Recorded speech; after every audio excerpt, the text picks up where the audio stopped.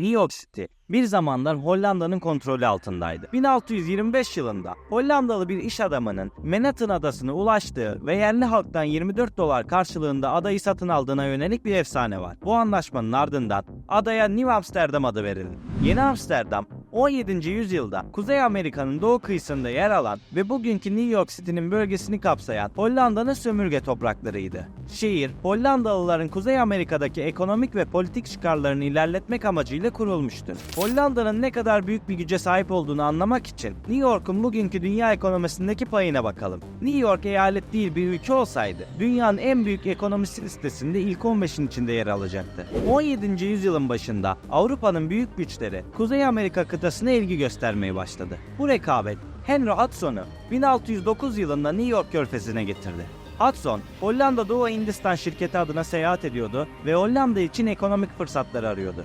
Bölgeden getirdiği güzel haberler Avrupa'da büyük ilgi uyandırdı. Özellikle Kürk bolluğu nedeniyle bölge kolonizasyon için ideal bir başlangıç noktası olarak görülüyordu. Bingo! Hollandalılar turnayı vurmuştu ve New York körfezinin stratejik konumu nedeniyle bölgeyi kolonileştirmeye başladılar. Büyüyen Kürk ticaretiyle birlikte şehirde genişlemeye başlamıştı. Ancak Hollandalıların kontrolü altındaki koloni İngilizlerin de dikkatini çekiyordu. Hollanda ve İngiltere'nin deniz gücü ve sömürge topraklarında hakimiyet kurmak için çekişme yaşadıkları bu dönemde 3 İngiliz-Hollanda Savaşı yaşandı. Elbette her iki taraf da stratejik ve ekonomik öneme sahip topraklarını korumak ve genişletmek istiyordu. Fakat İngiltere'nin askeri gücü ve deniz üstünlüğü Hollanda'nın burayı korumasını zorlaştırıyordu.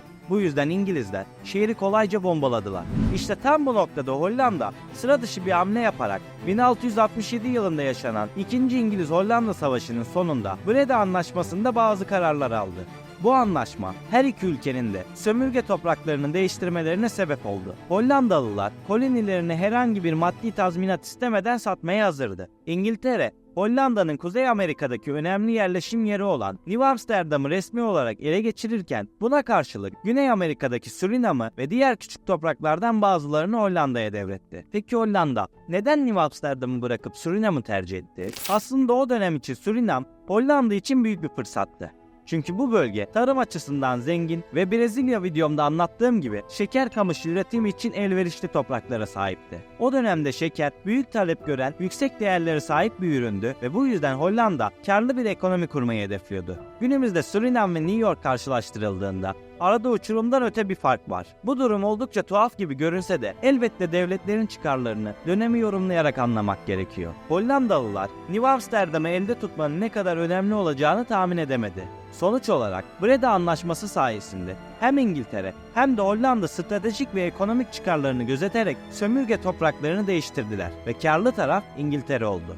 İşte bu hikaye bu yüzden tarihin en ilginç toprak değişimlerinden birisi. İngilizler New Amsterdam'ı ele geçirdikten sonra buranın adını New York olarak değiştirdiler. Bu isim İngiltere'nin o dönemki yöneticisi olan York Dükü'ne ithafen verildi. İngilizler yıllar boyunca şehrin kontrolünü ellerinde bulundurdukları gibi aynı zamanda Kuzey Amerika'daki sömürge hakimiyetlerini de güçlendirdiler ve yayılmacı bir politika gerçekleştirdiler.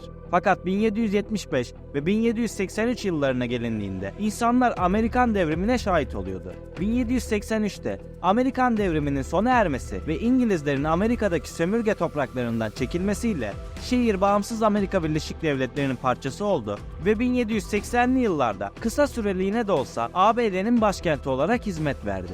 Alaska eğer bağımsız bir ülke olsaydı 1.723.000 kilometre yüz ölçümüyle dünyanın en büyük 17. ülkesi olacaktı. Bu denli büyük bir coğrafyayı kaplıyor olmasına rağmen Amerika Birleşik Devletleri'nin 50 eyaleti arasında en az nüfusa sahip olanıdır. Bu kadar az nüfuslu ve buzla kaplı bir toprak olmasına rağmen 1867'de Amerika Birleşik Devletleri tarafından satın alındı. Amerikalı muhalifler bu satın almanın çok kötü bir karar olduğunu ve tarihin en kötü ticareti olduğunu savunuyordu.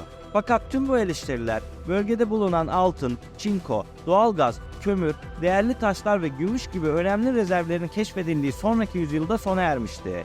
Amerika belki de tarihin en iyi yatırımını yapmıştı ve bunda dolaylı olarak Osmanlı'nın da parmağı vardı. Alaska satışının detaylarını daha iyi anlamak için 17. yüzyıla geri dönmeliyiz. Bu dönemde Rusya'nın Kiev Knezliği Avrupa'da önemli bir güçtü ve topraklarını oldukça genişletmiş olsa da Rusya yine de genişlemeyi sürdürmek istiyordu.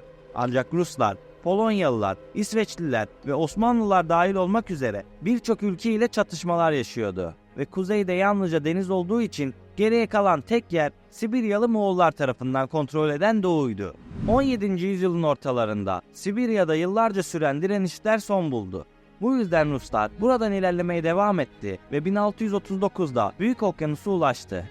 Böylece Rusya'nın sınırları doğuya doğru milyonlarca kilometre kare genişledi. Bu keşifler sonucunda Alaska ve modern Kanada'da Türk ticareti rotaları oluşturuldu ve Kaliforniya, Alaska gibi yerlerde Rus-Amerikan kumpanyası kuruldu. Ayrıca bu toprakları İngilizlere kaybetme korkusu yaşıyorlardı. Bu korkular Kırım Savaşı ile birlikte daha da artmıştı. Kırım Savaşı 1853'ten 1856'ya kadar süren ve Osmanlı İmparatorluğu, Birleşik Krallık, Fransa'nın birleşerek Rusya İmparatorluğu'na karşı savaştığı büyük bir çatışmaydı. Savaşın merkezi adını aldığı yer olan Kırım Yarımadası'ydı. Telgraf, demiryolları ve modern silahların önemli rol oynadığı bu savaş 1856'da Paris Anlaşması ile sona erdi. Rusya savaşı kaybetti ve Avrupa'daki güç dengesi değişti. Ayrıca Osmanlı İmparatorluğu'nun toprak bütünlüğü savaşı kazanan güçler tarafından garanti edildi. Osmanlı İmparatorluğu çok pahalı olan bu savaşı yürütebilmek için gelirinin çok üzerinde borçlar aldı. Aradan geçen birkaç sene sonra yaşanan 93 Harbi Ruslar için büyük kazanımlar vaat etse de Osmanlı Ruslara kaybettiği toprakları geri almak için toprak bütünlüğünü garanti eden Paris Anlaşması'nı terk etmek zorunda kaldı. Bu politikanın sonunda İngilizlerin başta olduğu Avrupa krallıklarıyla beraber Rusya ve Osmanlı İmparatorluğu arasında Berlin Anlaşması imzalandı. Bu anlaşma sonrasında Osmanlı bölgedeki haklarına yeniden kavuşmasa bile Girit, Doğu Beyazıt ve Eleşkirt yeniden Osmanlı'ya dahil edildi. Berlin Anlaşması, Osmanlı İmparatorluğu'nun toprak bütünlüğünü güvence altına alan Paris Anlaşması'ndaki anlayışın terk edildiği bir anlaşmaydı. Ruslar açısından bakıldığında bu savaş onlar için de büyük bir yenilgiydi. Savaşın sonuçları Rusya'nın kendi içerisinde reformlar yapmasına neden oldu ve bu da Rusya'nın modernleşme sürecine hız kazandırdı. 1800'lerin sonlarına doğru savaşlardan yorgun çıkan ve ekonomik buhranlar yaşayan Ruslar, Alaska'yı satmak ve aynı zamanda İngiliz İmparatorluğu'nun genişlemesini de önlemek istiyordu. Bu nedenle Alaska'yı satarken kendileriyle rekabet etmeyecek ve uzak doğudaki Rus topraklarına tehdit oluşturmayacak bir alıcı aramaya başladılar. 1867'de ABD, Alaska için 7,2 milyon dolarlık bir teklif yaptı. Ruslar bugünün parasıyla yaklaşık 120 milyon dolara denk gelen bu anlaşmayı kabul etti. Ancak Rusya İmparatorluğu ile pazarlık yapan tek devlet Amerika Birleşik Devletleri değildi. Aslında Ruslar, ABD ile görüşmeden önce Çar II. Alexander iyi ilişkiler kurduğu Liechtenstein Prensi'ne geniş toprakları satmayı teklif etmişti. Ancak prens satın alma gücüne sahip olmasına rağmen bu teklifi reddetti. Çünkü ona göre Alaska, Türk ticareti dışında çok da değerli bir yer değildi. Bu yüzden bu geniş toprakları başka bir alıcıya, yani Amerika Birleşik Devletleri'ne bırakmayı tercih etti. Eğer bu anlaşma gerçekleşmiş olsaydı, Liechtenstein dünyanın en büyük sömürge güçlerinden birisi olacak ve kendisinden binlerce kat büyük olan bir toprağı egemenliğine bağlayacaktı. Öte yandan bu satın alma, zaman içerisinde ABD için inanılmaz karlı bir anlaşmaya dönüşmüştü. Alaska, bölgede petrol ve altın rezervlerinin bulunmasının dışında, stratejik konumu nedeniyle de Amerika Birleşik Devletleri için vazgeçilmez hale geldi. İkinci Dünya Savaşı sırasında Alaska'nın konumu, Amerikalılara Arktik'te önemli kazanımlar sağladı. Sovyetler Birliği'ne yapılan saldırıların hepsi Alaska'dan başlamıştır. Alaska'nın satın alınmasının hemen ardından orada büyük bir petrol rezervi bulundu. 1902 yılında Alaska'nın güney kıyısında ilk ticari petrol sondajı gerçekleşti. Bu küçük petrol sahası Alaska'daki ilk rafinerinin inşasına yol açtı ve toplamda 6,5 milyon galon üretti.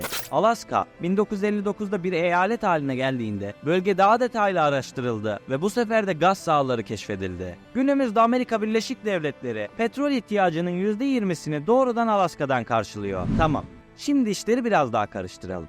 Bir zamanlar ABD'nin yarısının Fransızlara ait olduğunu biliyor muyuz? Gelin detaylara bakalım. Düşünün, bahsettiğim bu topraklar 2 milyon kilometreden fazla bir alana sahipti. Yani bugünkü Fransa'nın neredeyse 5 katı büyüklüğündeydi. Nasıl oldu da Fransızlar kendi ülkelerinden kat be kat büyük olan bu topraklardan vazgeçti? Kuzey Amerika'nın kolonizasyon dönemi boyunca İngilizler çoğunlukla doğu kıyı bölgelerine yerleşmeyi tercih ederken Fransızlar Mississippi Vadisi boyunca ilerleyerek ülkenin iç kısımlarına yerleştiler ve buraya 14. Louis'in adından esinlenerek Louisiana adını verdiler. Fransız yönetimi 1762'ye kadar dirense de Türk ticareti için oldukça önemli olan Louisiana, 18. yüzyılın ortalarında Fransa ve İngiltere arasında gerçekleşen 7 yıl savaşları sonucunda İngilizler ve İspanyollar arasında paylaşıldı. Fransa ve İngiltere arasında yaşanan çatışmalar, Kuzey Amerika'daki sömürge topraklarındaki hakimiyet yarışını da etkiledi. Savaşın sonunda Fransa, Kuzey Amerika'daki topraklarından bir bölümünü kaybetti. 1763'te imzalanan Paris Anlaşması ile savaş sona erdi. Topraklar yeniden dağıtıldı.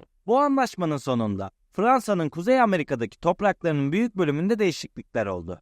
Daha ilginç olanı ise Fransızlar 7 yıl savaşları sırasında İspanya ile müttefik olarak savaştığı için İspanyollara borçlu durumdaydı. Bu nedenle Fransa, New Orleans şehri dahil olmak üzere Louisiana'nın batısındaki toprakları İspanya'ya devretmek zorunda kaldı. Ancak bu durum Kuzey Amerika'daki Fransızların sonunun geldiği anlamına gelmiyordu. Fransız devrimi sırasında yeniden kazanılan milli özgüven Napolyon'u ateşledi. 1800'e gelindiğinde Bonaparte verdikleri toprakları müttefikleri İspanya'dan geri aldı. Amerikalılar Fransızların Louisiana topraklarını ele geçirmelerini istemiyor. Bu yüzden diplomatik yollarla müzakere etmeye çalışıyorlardı. Öte yandan Bonaparte, Haiti devrimi ve İngiltere'nin deniz ablukası nedeniyle ekonomik zorluklarla karşı karşıya kaldı. Haliyle tüm bu ekonomik sıkıntılar Fransa'nın Kuzey Amerika'daki topraklarını korumak ve yönetmek için yeterli askeri güce sahip olmamasını da sağlıyordu. Louisiana üzerinde diretmek Fransa'nın sınırlı kaynaklarının yitmesine sebep oluyordu. Bu gibi nedenler Napolyon'un yeni dünyadaki maceralarından vazgeçmesine ve tamamen Avrupa'ya odaklanmasını sağladı.